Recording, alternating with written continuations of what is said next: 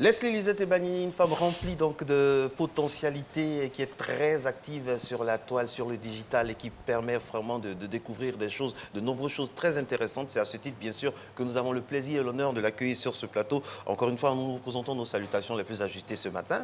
Merci. Vous êtes d'Assini Mafia, donc ça tombe bien. Vous ne pouvez pas échapper au giron touristique parce que c'est un des endroits les plus beaux de notre pays, d'Afrique et pourquoi pas du monde. Aujourd'hui, on parle du tourisme à l'ère du digital. Qu'est-ce que le digital change au tourisme aujourd'hui? Alors, le digital, en fait, a changé la manière dont on voyage. Aujourd'hui, on voyage déjà par les images qu'on trouve sur le digital et ces images nous donnent envie d'aller chercher encore plus pour savoir mieux où se trouvent ces différents endroits-là. Et ça nous permet aussi d'avoir des retours d'autres personnes avant de pouvoir nous décider à choisir une destination ou une autre. Ça a complètement changé et personnalisé, en fait, notre manière de voyager aujourd'hui. C'est vrai que c'est un giron qui reste porteur et vous avez sûrement flairé le bon filon. Comment ça marche justement? Aujourd'hui, en fait, c'est plus intéressant, comme je disais, de voyager lorsque notre voyage est vraiment personnalisé. Parce que ce que moi j'aime, vous n'aimerez pas forcément. Donc, ce qui est intéressant avec le digital, c'est qu'on peut construire entièrement en fait, son programme de voyage en fonction de nos attentes, en fonction de nos envies. Et ça, franchement, il y a plusieurs acteurs aujourd'hui sur le secteur du digital en fait, qui permettent d'avoir ce type de voyage. C'est plutôt intéressant en fait, de voyager lorsque notre voyage nous correspond en fait, véritablement. Et c'est vrai, on ne voyage plus aujourd'hui en 2020 comme on voyageait en 1976, 1978. Il y a beaucoup de choses en temps qui ont changé au niveau même de l'organisation, au niveau de la sécurité, tout ça. Est-ce que le digital, on peut le dire sans risque de se tromper, est une chance pour le tourisme de Côte d'Ivoire? Le digital est une chance pour le tourisme de Côte d'Ivoire si, bien sûr, on prend la marche, en fait. Parce que malheureusement, contrairement aux autres pays étrangers, en fait, où vous allez voir, surtout en Europe et dans les pays africains qui sont vraiment développés, vous allez avoir des hôtels ou des lieux touristiques qui ont de vrais sites Internet, en fait, qui ont le poids, qui donnent toutes les informations. On n'a malheureusement pas ça chez nous, en fait. C'est ce qui est dommage. Et une autre chose où notre pays devrait vraiment entrer dans le digital, c'est par exemple tout ce qui est paiement. Aujourd'hui, vous voulez aller dans un hôtel qui est à l'intérieur du pays, vous allez plutôt utiliser des mobile money plutôt que de pouvoir payer par carte, alors qu'on le fait facilement en fait avec des pays étrangers. Donc ça pourrait être vraiment intéressant d'avoir ce type d'offre en fait pour la Côte d'Ivoire avec des hôtels qui ont de beaux sites vitrines qui nous permettent de pouvoir payer en ligne avec notre carte. Ça pourrait être vraiment intéressant en fait pour nous. C'est vrai que le potentiel touristique de la Côte d'Ivoire, il est inestimable et même inexploité dans son entièreté. Aujourd'hui, vous, en tant que, on va dire, activiste dans ce domaine-là, est-ce que vous réussissez quand même à faire le point, les données, la collecte des données des sites en Côte d'Ivoire? Et comment vous procédez? Alors en fait, voilà, c'est des trips. Il faut le faire. Les trips sur certaines routes qui ne sont pas forcément évidentes, mais il faut déjà avoir envie de le faire parce qu'on a pris des routes. C'est un peu ça en fait.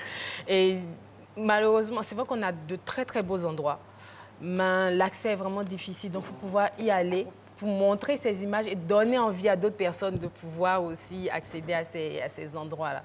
On a de belles choses, mais franchement, il faut pouvoir aller en fait, dans ces endroits. Vous ne croyez pas si bien dire, parce que l'autre fois, on cherchait, il y a un endroit magnifique qui s'appelle Dabweko. Oui, Dabweko, au sud-ouest. Qui a des plages, l'une des plus belles plages au monde. Mais pour y aller, c'était la croix et la bannière, demander à quelqu'un, c'est pas évident. Alors vous, en tant que spécialiste du digital, comment vous faites? Qu'est-ce que vous mettez en place pour que vraiment le tourisme soit d'une effectivité criante quoi, sur les réseaux sociaux? Par exemple, il y a la route de la soie. Qu'est-ce que, par exemple, à la Côte d'Ivoire, on a la route du cacao. On en parlait avec l'ancien directeur de Côte d'Ivoire Tourisme. Ce sont des choses comme ça qui peuvent faire avancer le schmilblick touristique? Exactement. En fait, il faut pouvoir dénicher déjà toutes les potentialités de notre pays. On a beaucoup d'endroits qui méritent vraiment d'être visités.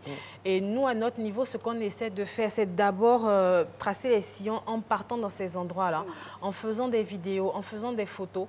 Et ensuite, ce qu'on essaie de faire aussi, c'est de pouvoir créer aussi des circuits en fait, pour des personnes qui ont envie de pouvoir y aller. Parce que une chose est de montrer ces endroits et une autre chose est d'expliquer aux personnes comment est-ce qu'il faut faire pour y aller. Ce qui est complètement différent.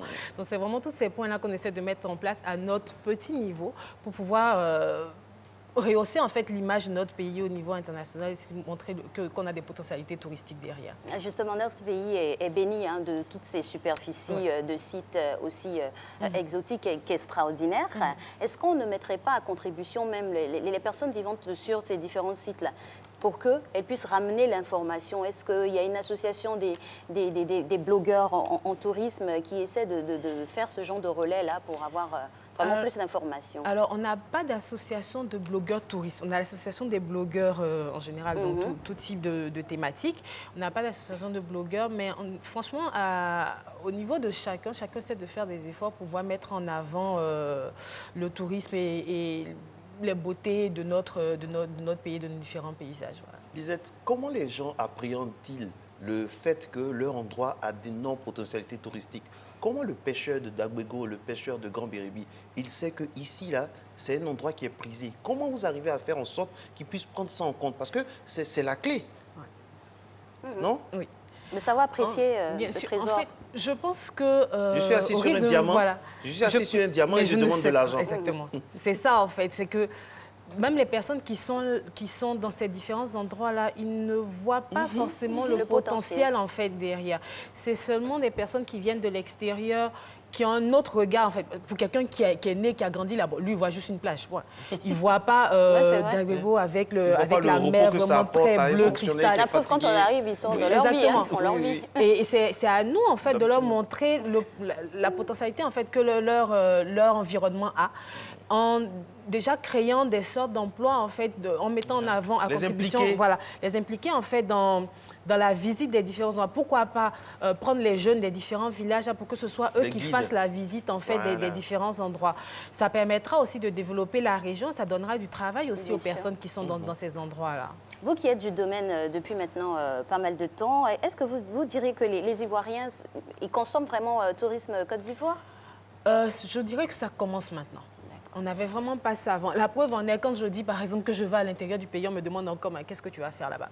Et ça me fait toujours rigoler parce que quand je reviens et que je montre les photos, je veux aller dans cet endroit. Et moi, j'ai tout gagné, en fait. Si j'arrive à travers des images ou des textes à donner envie à d'autres personnes de pouvoir découvrir notre pays, j'aurais tout gagné. C'est vraiment maintenant que ça commence avec des initiatives de plusieurs personnes qui mettent en place des road trips, en fait, pour pouvoir faire découvrir ces différents endroits-là. Mais j'ose espérer, je garde la foi que ça va pouvoir continuer. C'est triste à dire, mais c'est une réalité.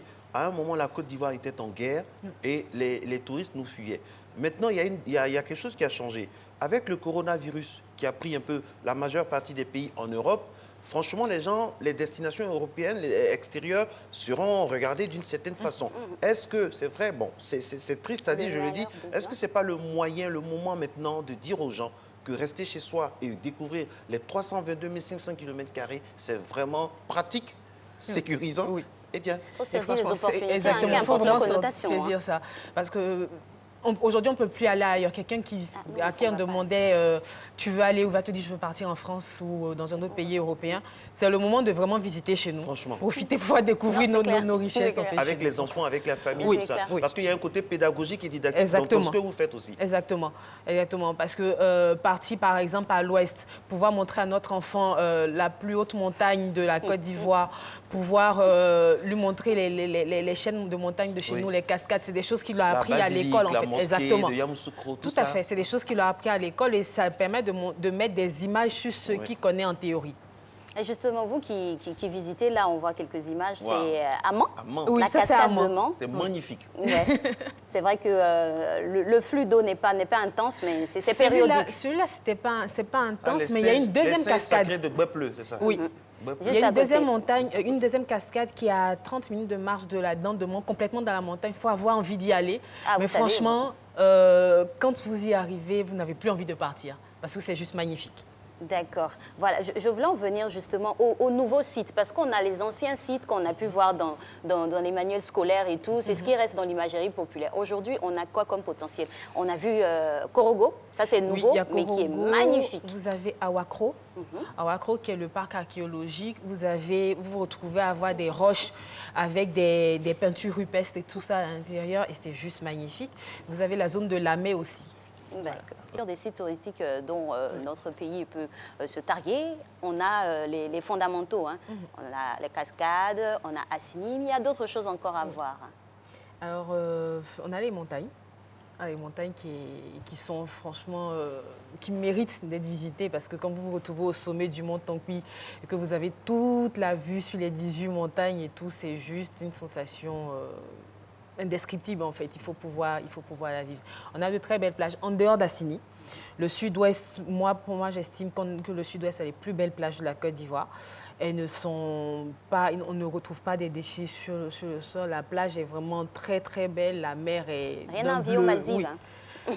On se défend bien, on va le dire ainsi. Et voilà. Alors, je prends par exemple Mans.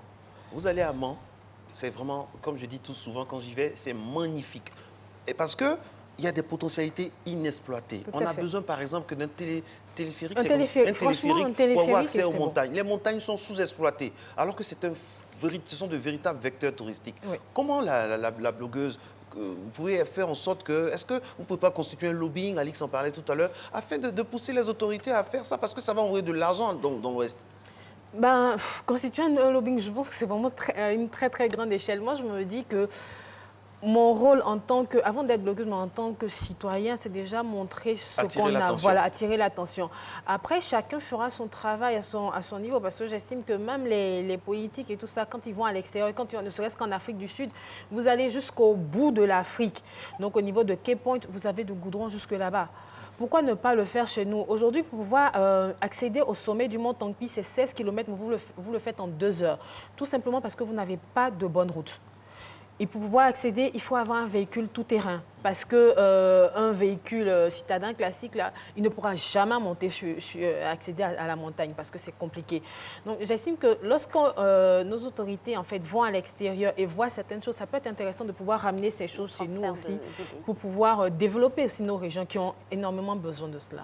Voilà. C'est vrai que l'accessibilité à ces différents sites-là est un véritable frein pour toutes les personnes qui veulent y aller. Exactement. Mais quand même, généralement, on a l'habitude de voir les Occidentaux qui, eux, ils sont aventuriers par ADN, qui arrivent, mais qui réussissent à le faire. Pourquoi on ne peut pas se mettre dans ce même canevas?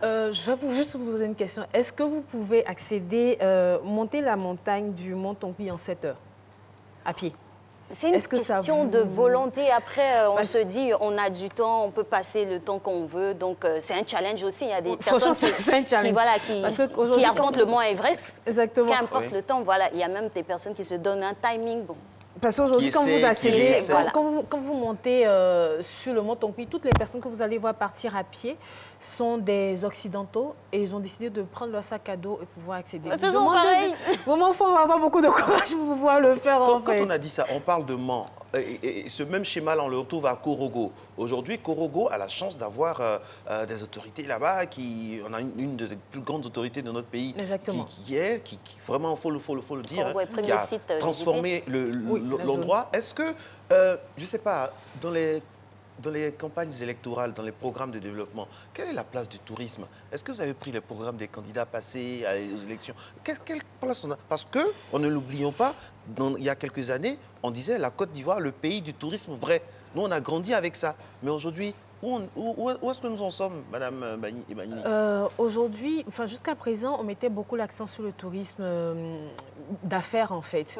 Aujourd'hui, la Côte d'Ivoire, en termes de tourisme d'affaires, est quand même développée. Donc, mais malheureusement, tout est concentré à Abidjan.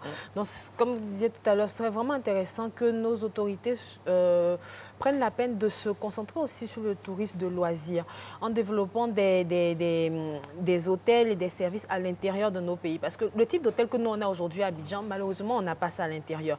Alors que c'est à l'intérieur qu'on a beaucoup plus d'activités touristiques. Aujourd'hui, à Abidjan, vous n'avez pas vraiment beaucoup d'activités touristiques. Si vous voulez présenter votre pays, il y a très peu de choses en fait à Abidjan. Tout se trouve à l'intérieur et les services hôteliers, les activités touristiques, on n'a pas ça à l'intérieur. C'est vraiment intéressant que nos politiques puissent aussi mettre l'accent sur ce genre de choses pour pouvoir développer l'intérieur de notre pays. Au final, c'est notre pays qui va gagner en fait. Et, Madame Ebanini, on a tendance à se dire, et ce n'est pas une tendance même, c'est vérifié, on se dit que le tourisme, ça va aussi avec beaucoup de fonds. Est-ce que de votre position, des circuits que vous faites, est-ce que vous pourrez confirmer qu'il faut avoir de l'argent pour pouvoir visiter des sites? Je dirais certes qu'il faut avoir de l'argent parce qu'on ne fait rien sans argent. Oui, c'est clair. Mais chaque voyage peut être adapté à sa poche. Ça, c'est aussi très important et c'est une des choses pour lesquelles je me bats. Je veux il y a des vraiment packages pour chaque budget. Franchement, il y a des packages pour chaque budget. Par exemple, on ne peut pas avoir de l'argent pour pouvoir prendre un avion pour aller au sud-ouest de la Côte d'Ivoire, mais on peut y aller en car. On peut y aller avec sa propre voiture. Et c'est des choses que les personnes font. Ça permet en fait de réduire les budgets, ça permet de voir les mêmes choses qu'une personne qui prendrait l'avion verrait en fait dans ces endroits. S'il y a des facteurs qui nuisent au tourisme, c'est bien sûr les communications, les routes, les communications et surtout la sécurité. Parce que moi, je vais en vacances avec mes filles, ma femme. Je veux partir d'Abidjan, passer par Saint-Prédo, remonter jusqu'à Korogo. Ouais. Qu'est-ce qui me garde? Est-ce qu'il y a la sécurité? Les coupeurs. Les coupeurs de route, en c'est très général, important aussi. Je demande aux gens voilà. de ne pas partir la nuit. C'est la seule chose qu'on demande aux gens. Franchement, tant que vous Conseil êtes en journée, avoir. voilà. Parce qu'en fait, au-delà de la sécurité, vous avez aussi certaines routes qui ne sont pas très praticables. Donc, du coup, c'est plus intéressant de voyager la journée. C'est-à-dire vous avez des nids de poules. Vous avez, moi, j'appelle ça les cratères, parce que franchement, il y a des endroits où vous avez... La probabilité pour être agressé est très élevée. Oui. Donc, c'est mieux de partir, en fait, la journée. Au moins, vous avez le temps de faire tout ce que vous avez à faire et arriver en début d'après-midi pour se reposer et tout ça. C'est plus safe, en fait, en général. D'accord.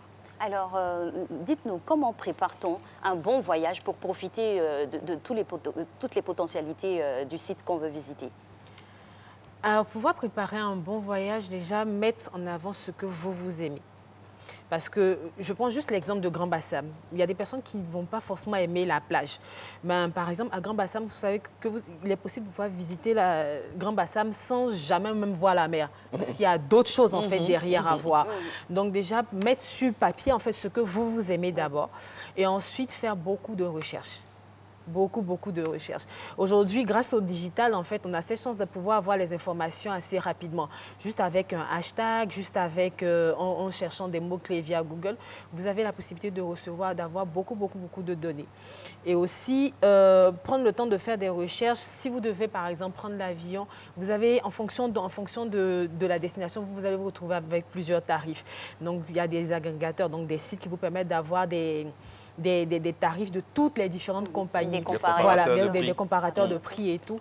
Et je devrais vraiment prendre le temps de faire ces recherches avant de pouvoir se lancer dans un voyage. Prendre le temps de faire les recherches, cela m'amène à une question. Faire attention également, parce qu'il y en a de tout. Il y a des personnes véreuses sur les réseaux sociaux, sur Internet, qui peuvent vous envoyer des photos, même vous miroiter quelque chose de paradisiaque. Et quand vous arrivez sur les lieux, vous êtes vraiment étonné. Et là, vous êtes déjà là. Comment faire pour distinguer le bon grain de livret? Alors moi, ce que je fais en général, je prends pour mon exemple ici, c'est que je prends le temps d'aller sur plusieurs sites pour lire beaucoup les commentaires. Parce que aujourd'hui... on achète les commentaires aujourd'hui? On peut acheter les commentaires, mais vous ne pouvez pas les acheter sur tous les sites quand même. OK. Comme vous ne pouvez pas les acheter sur tous les sites. Donc, il faut vraiment prendre le temps. C'est pour ça que je disais de prendre le temps de faire les choses. Si vous vous précipitez en se disant « Ah, j'ai vu une belle photo, donc il faut absolument que j'aille dans cet endroit ou dans cet hôtel », vous risquez d'être déçu, en fait. Prendre vraiment le temps de pouvoir regarder, aller sur des sites de vidéos et tout ça, pour voir en fait... journalistique, voilà. Oui, non, enfin, moi, vraiment, c'est comme ça que je travaille. Il faut prendre ses précautions. Quand on dit, c'est de l'argent que vous mettez quelque part. Donc, vous ne mettez pas cet argent pour être déçu à la fin. Voilà. Donc, vous mettez cet argent pour pouvoir être satisfait, pour pouvoir vous faire plaisir. Donc, prendre le temps en fait, de pouvoir faire ces différentes recherches. Et le retour d'expérience, comment vous arrivez à capitaliser toutes les informations de personnes qui auraient déjà visité des sites et qui pourraient enrichir, on va dire, mettre à contribution leur expérience pour les autres?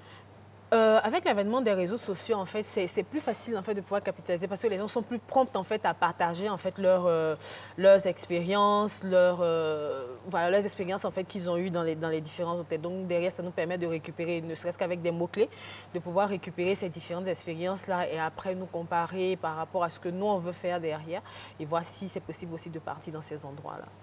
Alors, quelqu'un qui est en France ou bien dans un endroit reculé, qui y est depuis peut-être une trentaine d'années, décide de faire venir ses enfants pour connaître la terre de leurs ancêtres. Qu'est-ce que vous leur proposez? Alors moi, je leur proposerais de faire... Ils ont 2 semaines. Et c'est qu'il y a des gens qui m'ont demandé ça, en plus, justement, qui n'étaient jamais venus en Côte d'Ivoire avec leurs enfants, qui nous ont demandé Découverte ça. totale. Voilà. Et moi, ce que je leur propose, en fait, de commencer par donc Abidjan, aller vers le sud-ouest. Et ensuite J'adore de le remonter- sud-ouest. Oui, de commencer par le sud-ouest, vous ne Merci, pas être hein. dessus, voilà. Et ensuite de remonter vers l'ouest. Non, dites le nom des villes, Donc- comme ça ceux qui nous regardent. Donc, Il y a un alors, ce beau serait, circuit. voilà, ce serait de partir jusqu'à Sassandra, Voilà. ensuite d'aller jusqu'à Grand Bérébi, ensuite de remonter du côté de Mans. Donc, vous allez faire Mans, vous allez faire le village, la forêt de Tailly, si possible. Si vous êtes assez intrépide de même dormir dans la forêt de Tailly avec les singes, pouvoir faire une marche la nuit avec les singes. Et ensuite, continuer vers le nord, le visage Korobo. d'Alix, Ah, c'est ça, d'accord. marcher dans la forêt de taille. Si vous êtes assez intrépide, Combien de parce qu'il y a des gâteaux? guides, Combien il y a de des gâteaux? guides en fait. La petite activité d'accrobranche, ça va laisser des petits souvenirs. Ah, C'est pas les ok. singes que je vais... Parce qu'il y a des guides en Je fait vais avec qui tester. vous pouvez faire. Des guides reconnus à Oui, sermenter. des guides reconnus formés en fait pour la forêt de Tailly. franchement. En fait. Vous pouvez dormir. Ensuite, aller au nord, vous pouvez visiter le village de Waranene, Ah oui, les pouvoir tisserands. faire les tisserands. Et ensuite, revenir dans le centre, donc faire Yamsokro, faire Boaké déjà, avec le village des potiers et tout ça, faire Yamsokro. Je découvre quoi à Boaké? À Boaké, en fait, vous pouvez découvrir tout ce qui est artisanat, en fait, donc les poteries, les peintures. Vous pouvez découvrir aussi les villages de tisserands. C'est ça, Ça peut être tisser. intéressant de pouvoir apprendre comment tisser le pagne baoulé et tout cela. Et ensuite, revenir par Yamsokro avant de descendre complètement sur Abidjan. Voilà. En tout cas, un circuit complet pour pouvoir visiter beaucoup de sites. Alors, on a presque terminé, hein, mais j'ai une question. Marcelin va sourire. J'ai une question par rapport à vous, votre corporation. Je reviens là-dessus parce qu'il y a plusieurs personnes qui ont abondé dans cette thématique-là. Notamment, on a Nader Fakri. Oui. C'est lui vraiment qui a touché du doigt et qui a un peu suscité voilà, l'envie de gens à aller visiter. Il y a des endroits qui sont vierges, inexploités. Dans ces cas-là, comment y aller? Comment y aller déjà, Parce que les images qu'on faut voit, avoir- c'est très alléchant. Mais comment y aller quand on veut aller, où il faut laisser tomber? Non, je ne dirais pas il faut laisser tomber. Déjà, il faut se rapprocher des personnes qui l'ont déjà fait pour pouvoir soit discuter avec eux, qui vous aident en fait à pouvoir découvrir ces endroits-là. Et il ne faut pas baisser les bras en fait, parce que je me dis que si une personne l'a fait, c'est que vous aussi, vous pouvez le faire. Donc, prendre conseil auprès de ces personnes-là qui vous expliqueront en fait comment se rendre dans ces différents endroits et puis prendre son courage à deux mains, franchement, je dirais. Parce que quand on a une zone Robinson vierge comme, Crusoe. oui, quand on a une zone vierge comme Monogaga, où vous mettez quoi, 2 heures, 3 heures pour pouvoir accéder à la plage juste magnifique. Je me dis, bon, pour la beauté de l'endroit, bah, Ça mérite des voilà, sacrifices. ça mérite quand même un petit sacrifice. à Merci. visiter. Faut être infiniment. courageux, hein. Faut être courageux. Merci beaucoup à vous, Leslie, à Lisette Ebanini, la fille d'Assini, passionnée de Côte d'Ivoire, passionnée de tous les endroits. On est très, très heureux de vous avoir rencontrés. Et rassurez-vous, Alix et moi, on va vraiment... On bouge pas, on est là. On va vraiment aller vers vous, hein, parce qu'on veut des circuits. Cette année, les vacances seront locales. Vive le 225 et les 322 500 km².